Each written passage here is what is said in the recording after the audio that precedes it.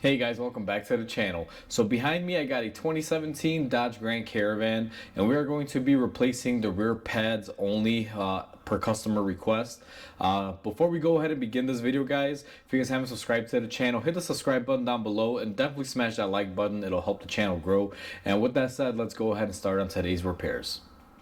So we are at the back of the vehicle, guys. We have taken off our wheel and tire already, just to make this video a little bit easier. But the first step would be the tire and wheel being removed. Once you have access to your brakes, what you're going to want to do is start by removing the caliper pin bolts. Let me go ahead and set up the camera here, and I'll show you guys how to do that on this Grand Caravan. I have you guys positioned behind the caliper, and the bolts that we're after is going to be this bolt right here. You guys can see it goes by where this little rubber boot is, and the one up here, also same thing. It's basically attached to the pin that's with the rubber boot. What you're going to want to do is take your wrench, go ahead and loosen them. These should not be tightened up there really tight. They should be fairly loose. If you do a couple turns on them, you can see it pretty much loosens them up. Now this will vary, but I just go in here and I take these off. You can use a gun if you'd like, or if you have a ratcheting wrench like I do, you can just go ahead and zip them off this way. I try not to use any impact tools on these because these can be pretty fragile sometimes. Just a little bit of a impacting motion and they could break or snap in there. So now that we went ahead and removed both of our bolts, we set them to the side. What we're going to do is come in here and just kind of work your caliper off, get it off there. Now this one came off pretty easy. Sometimes it's a little bit of a fight. So just be mindful of that, guys. We're gonna go ahead and set this to the side. Never let a caliper hang, because sometimes that'll stretch out the brake hose and everything. So I'm supporting mine on this lower A-arm. While we're back there, we are going to also be looking at our pins. Now the reason why the customer wants to get these brake pads replaced is because they're making a little bit of noise and they have a little bit of uneven wear from when we inspected it. Even though the brakes aren't fully completely gone yet, there's still a good amount of pad life. They use this vehicle every day. It's a commercial vehicle, so they don't want to risk it and take any chances. And they did replace the brakes on this about 1.5 years ago to 2 years. So the rotors have been replaced, although I'm not a big fan of doing just a pad slap, guys. If the customer wants it, I gotta deliver, and this guy is a regular customer of mine, so I'll take care of him, even though I personally don't recommend doing it this way. If the only reason why you would want to do it this way is to save a couple bucks. And if the rotor isn't scored up like this one isn't, I went ahead and I checked it out. You're able to do it safely. So now that the caliper is out of our way, what we're going to want to do is take a flathead screwdriver, guys, and just go ahead and take off your old brake pads. They should slide out. If not, go ahead and just kind of force them out of there. And one thing that we're also going to do while we're back here is we're going to go ahead and see if I give you guys a good angle and remove the shims. Now these are little shims or clips is what I usually call them. They help go on here, and they basically they're stainless steel. They won't rust up, and they'll keep the pad moving. Now that you can see, they do get quite dirty. We have new brake pads, so we have new ones, so we're going to take them off. I just took off the inside ones. Now we're going to take out the outside ones. They're really easy. You just grab them from this long ear and just pull on them. They have these little finger tabs here that'll hold on to the bracket. They come off fairly easy.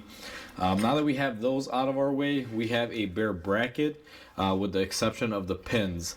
Now I did, like I said, a brake job on this not too long ago. So what we're going to do, the first thing that I always check is make sure these pins are nice and free and they move. And then what we're going to do is go ahead and pull back on this rubber boot and remove our pins. Now this still has quite a bit of grease from the last brake job. However, what we are going to do is go ahead and clean it up, take all of this grease out of here, and you guys can see we have our bare pin. Now look at your pins, guys, for any wear marks. If you see any shiny spots, definitely check it out. Now this one does have a little bit of a shiny spot here, but it hasn't chewed up the pin, so this pin is good to go. What we're gonna do is take our brake grease. I use a ceramic silicone based brake lubricant, guys. Very high heat, very high pressure stuff. Probably will exceed the pressures that this brake system will ever see, but it's good to be able to have something that'll work really good. Now the trick with this is you're going to want to take your pin and you're going to slide it into your bracket. And the trick here, guys, is as you're forcing this in there, you're actually going to be trapping air.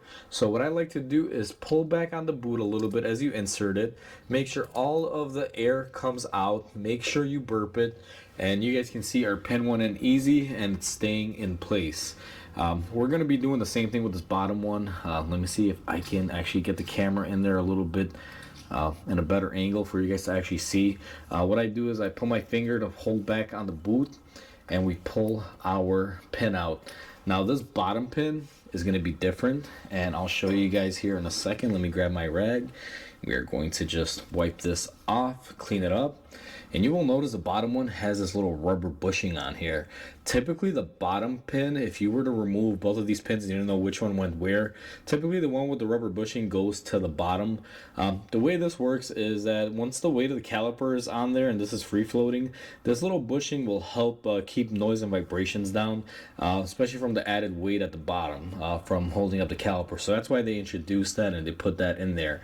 One tip on these, if the car is really old and this has basically chewed up and gotten soft and the rubber is not strong anymore, this will fight you trying to go back in the hole because it will expand and it won't allow the air to come out, therefore it won't allow you to push the pin back in. If that is the case, you can typically buy them. They usually come in a kit with all of these little rubber bushings, like these little bellows boots and this portion of it, or they might come in a complete kit with the pin, the rubber, and the bellows boots and everything as a service kit. So be mindful of that. Now this car is not that old, it's actually fairly new, and we've always used the proper brake grease. The main reason why these will swell up and the rubber will deteriorate is because people use wheel bearing grease or non-approved brake grease. We've been servicing this car since brand new. And I always have done everything to it. So even the brake services, I've always used silicone based grease, and it just goes to show. So what we're gonna do is go ahead and lubricate our pin here as well, just like we did with the other one. And I'll show you guys a little close up here again. We're gonna grab our boot, kind of side cock it a little bit. We're going to push our pin in and notice that we are pulling up on it, getting it to release any air.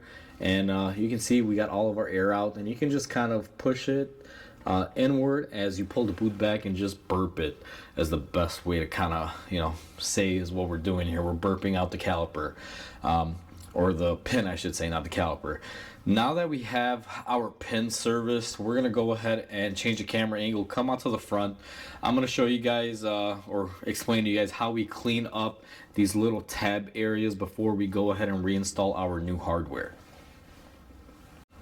Now that our pins have been serviced, you're gonna have to clean up the little areas where our hardware normally goes to. Now the best way to clean this would be to take the bracket off and go ahead and throw them in like a sandblasting cabinet and clean them up that way. However, here I don't have that option, guys. We don't have the cabinet to sandblast them, but that would be the best way to clean them. The approach that I use on these is I take a wire brush, and I got a multitude of these, and I'll just come in here and I'll get all that gunk out. And I also have like a little mini hand buffer that I'll just go in there and clean them up. Now it is easier if you just remove the bracket off of the car. That's probably what I'm more than likely gonna do. But for this video purpose, I want to just show you guys replacing the brake pads on the car. So if you're not going to be removing the bracket, just for all intensive purposes, what you're gonna want to do is grab a wire brush. Now I just picked up whatever I had here, and you're gonna want to come in here and do something like this and clean up your surface areas. It may take a little bit of time, but you should be able to get it clean. I'm gonna go ahead and do this off camera because this can take a little bit. I'm gonna clean those up, and then we are gonna come back and install our new shims. We went ahead and we cleaned up our bracket, and you guys will see it's still kind of wet because of the brake cleaner. So we're gonna go ahead and let the brake cleaner dissipate a little bit here. And while that dissipates, we're gonna go ahead and grab our new hardware. Now, I'm going to show you guys, this is what the brake clip looks like. You got this little ear tab here, and these typically will just clip in with these little fingers on the bracket. The long side, which is this side is always going to be the back side. So it won't be facing out, it'll be facing in. But you actually can install these backwards. And the takeaway on this is, you notice this side, if you were to place it in like that, this is the position it sits in. You have this little spring here, looks like an R. This is actually going to be the inboard side one, because if you tried putting this on the outside portion and that little R tab sticks in, it's going to wind up hitting the rotor. To be honest with you, you can't really even install it this way, but these are sided. So this one is going to be our back side here. We're just going to go ahead and take it and clip it in. These are fairly easy to clip in, and I will show you on the front one, guys. I'll give you a better demonstration up here. Now we're looking at this one, and we're going to flip it upside down and do one of these. So this is going to be for our top. I'm going to go ahead and save that to the side, because right now I'm going to be looking for the rear one. And then it looks like this one is going to be this one right there, which by process of elimination, if you flip this upwards, the tab is facing out.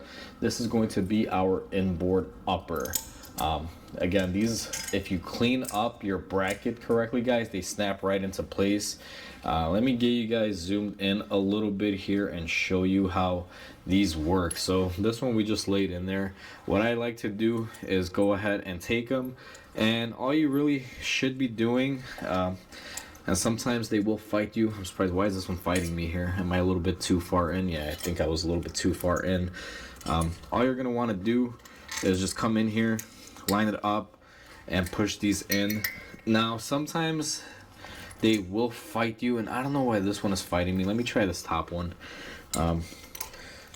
Just really varies, but let's take the top one. We're gonna go ahead and there you go, just like that, push it in. Sometimes when you have the bracket attached on the vehicle, they do fight you, and there you go, my angles were just now right on there, but you can see we installed them. Now one key tip that I will give you guys on these when you're doing it and the bracket is installed, take a little flathead screwdriver and go to all the corners. Make sure that they are pushed in all the way. You guys can see this bottom one had a little bit that wasn't pushed in. You're gonna want to do that to all four of them. Let me come here on the back side, make sure that we got everything pushed in correctly, because sometimes there will be a little bit of rust buildup on the side here. Even if you wire brush it and you clean it up, sometimes there's enough for it to snag on there. In this scenario, you guys saw this bottom one did fight us a little bit, which is a good thing. I'm glad that happened, so I can show you guys how to deal with it when you're experiencing that issue. Now I'm gonna go ahead and pull you guys back here a little bit, and we're going to get ready to install our brake pads. Now the brake pads that I have, you'll notice they have a tab on both of them. You'll see this is the little tab that'll make noise typically. It has one down here and one up here. A lot of people will say that, oh, you're supposed to use the brake pads and line them both up on the bottom and this and that. I don't do that, guys. The way that I like to do this is typically my inboard one, which is going to be, let me see here. I like to opposite them basically. So I like to put one on one end on the inboard and one on the other end on the outboard. Sometimes typically there's only one and it'll normally go on the inside, but on these Caravans they come with one on each brake pad. Don't line them both up in the same way. You want to have one opposite of each other, because sometimes when you're reversing and the brake pad is low, it'll catch on one tab, and when you go forward it'll catch on the other tab once your brakes are worn. Just a little bit of tidbit of advice there. Now what I'm going to do is go ahead and take these, and I'm going to apply some of my brake lube here. Not a lot, just on the little ear tabs where they're going to be making contact.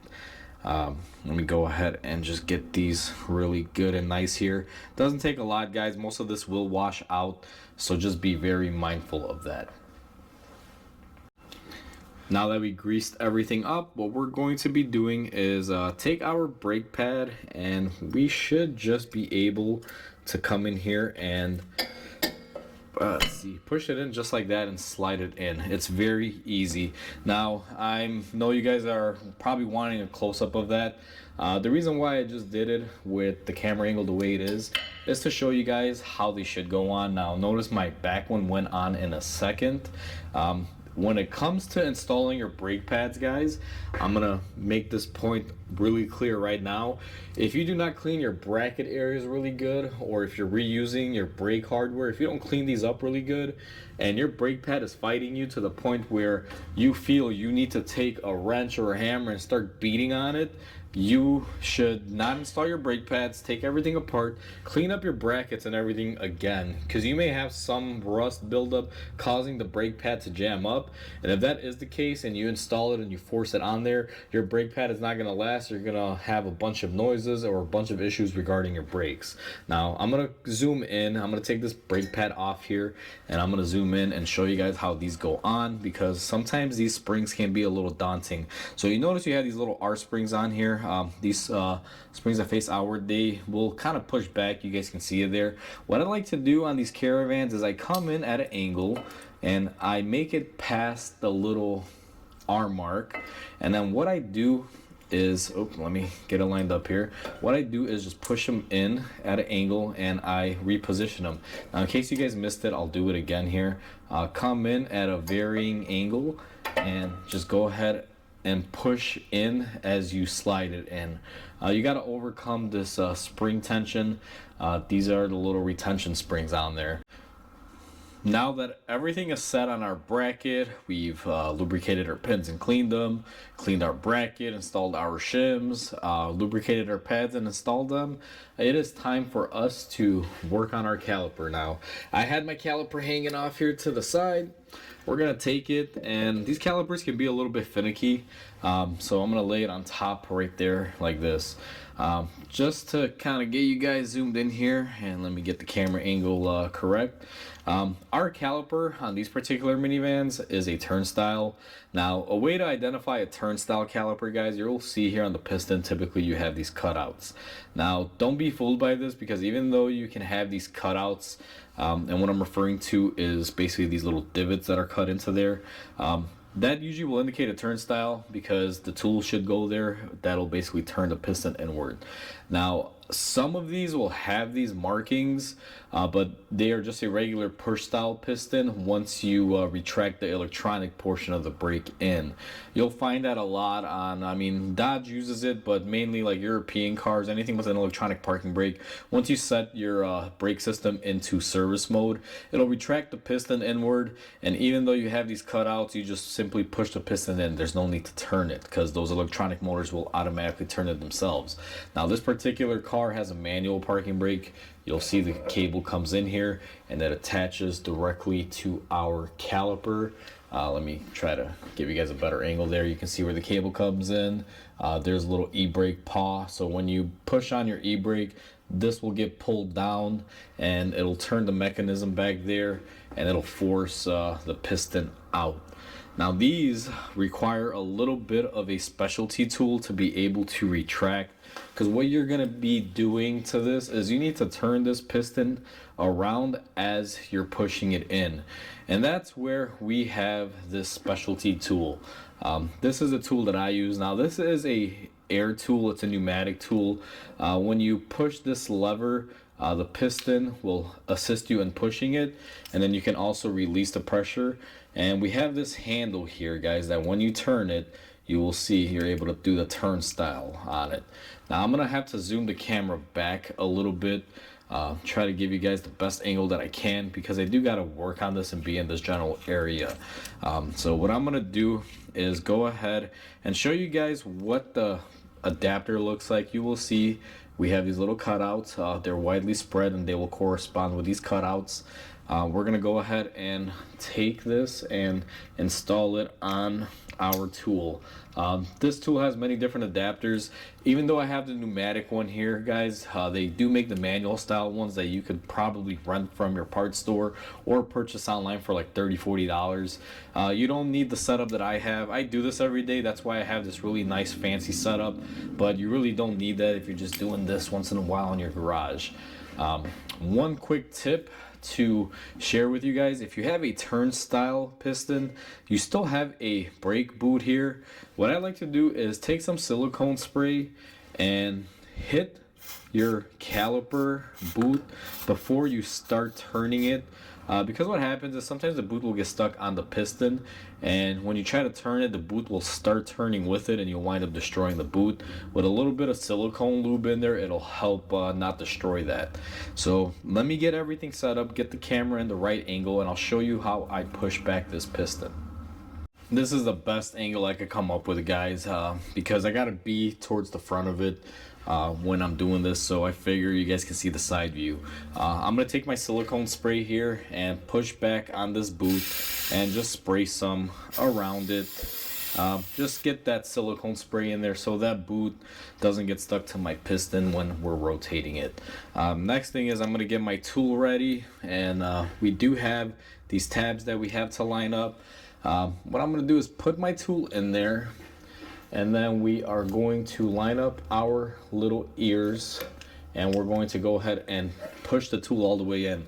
Now what I'm going to do is start turning it, and you can see that silicone that we used on there just allows this to glide, and we are going to push back until the piston fully retracts.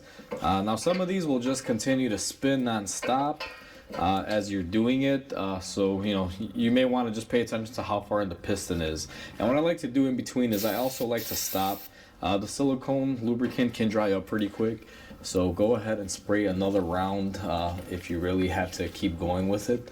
Now our piston, it looks like it's fully retracted. We're just gonna give it a couple more turns here. You'll notice the boot is starting to crease up a little bit, and then if I push back the other way, you can kind of see it's moving in there. But now that my piston is fully pushed all the way in, we're gonna go ahead and release the pressure on our tool, and we should be able to remove it out of the way. And now we have our caliper all set. We do have a little bit of silicone spray that I'm just going to clean up the face of the piston with here. There you go, so that's nice and clean. And now what I'm going to do is zoom you guys in a little closer. So you will see our piston is nice and flush. Some people will say that you have to line these up in the middle. Now I do believe in that, and I actually screwed up. I thought I had it lined up. So what I'm going to do is take my tool, and we are going to line it up here. Let me see, this is a little difficult because I'm not under pressure here. All right, there you go. So one quick tip is when you do push this back, make sure these little cutouts, guys, are facing up and down.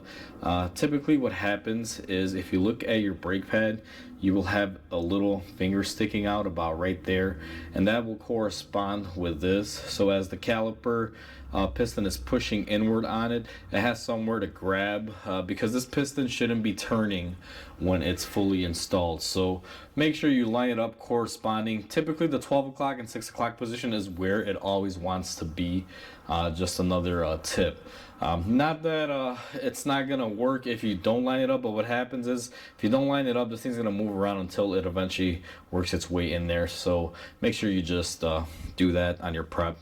The next step that I'm gonna do, like always, is anything that has metal to metal contact like this piston, we are gonna go ahead and apply our brake grease to it, mainly for noise. And what I like to do on these is make sure to get the boot really good, at least like the inner side, so that way as this piston is moving, there's some lubrication on it. And I'm gonna move you guys in just a tiny bit closer here. I don't know how well you're gonna be able to see. I think I got you in frame, but what I'm gonna do also is go ahead and put some lube on our ear tangs for our caliper. Again, anything that touches the brake pad where it's going to be two surfaces riding on each other, I always like to lubricate them. Let's go ahead and move the camera out of the frame now. So now that we have all of this set up, everything is lubed, our piston is retracted, we are ready for reinstallation. I'm going to clean up some excess here. My brush wound up touching. We're going to clean off our grease and make sure you brake clean it, especially if it's on your rotor. You do not want to get grease or lube on your brake pads, or at least on the material. Next, we're going to take our caliper, and if everything is correct on it, you should be able to just slide it in like that. That was a little difficult for me because I'm sitting or facing the opposite angle. Normally I want to be back here when I put them in. So let me move you guys back here. Once your caliper and everything is in place, you're going to want to take your bolts for your caliper bracket and pin, and we're going to go ahead and just get those hand threaded and hand started on there. Always hand start these, never just gun them on or anything. It's quite easy to mess these up, so just don't use any sort of impact or power tool. I've seen a lot of guys do that, and not that it's gonna damage them, guys, but if you don't have control over your tool, if you break this bolt at this stage, you're gonna have to order new pins, and you're gonna be waiting for a couple pins. What I always like to do is just hand tighten them. I'm pretty sure somewhere there is a torque for these. However, I'm pretty sure it's not any more than what I can do with my hand. So what I do is just snug them up. That one's good. Now we're gonna snug up this one, and that one is nice and good. So we tightened up our pin bolts. Now that everything is tightened up, guys, what I like to do just to, make it clean is just clean off any little grease residue where you may have, accidentally put it. Not that it matters. I just like to give a clean appearance for the customer. The grease eventually will wash out, but clean up your area. It wouldn't be a bad idea. What I recommend too is just clean up your rotor surface here. Just spin it around, give it a nice cleaning. I'm not going to spray any brake cleaner on our newly serviced caliper because there's grease on there. I don't want to wash it off because currently our caliper is able to slide back and forth. We haven't compressed it yet, so anything you spray on here can potentially cause that grease to run out. Once you're all set, the check that I like to do is just do this, make sure everything is moving correctly, there's no binding. And once you have that checked out, guys, and you make sure everything is tightened up, nothing is left loose, you are pretty much all set. Alright guys, so that's how easy it is to do rear brake pads on a Dodge Caravan with a turnstile caliper. It's not that bad. As long as you got the proper tools and you got a little bit of time, you are able to achieve your goal and get your brakes done. I typically don't like doing just brake pad swaps and leaving the old rotor on there, but per customer request, they just wanted the brake pad swapped on this one, no rotors, so we had to do what we had to do. The rotors were in good shape. I did inspect them. There was no scoring or anything uneven, so we were able to do the pad slap, as I like to call it. But it's just that easy, guys. Hopefully this video helps you guys out if you guys are attempting to do this on your vehicle and you find these steps very useful and practical. So with that said, please comment, like, and subscribe because it definitely helps the channel grow, guys. I hope you guys have a wonderful day, and I'll catch you guys on the next video.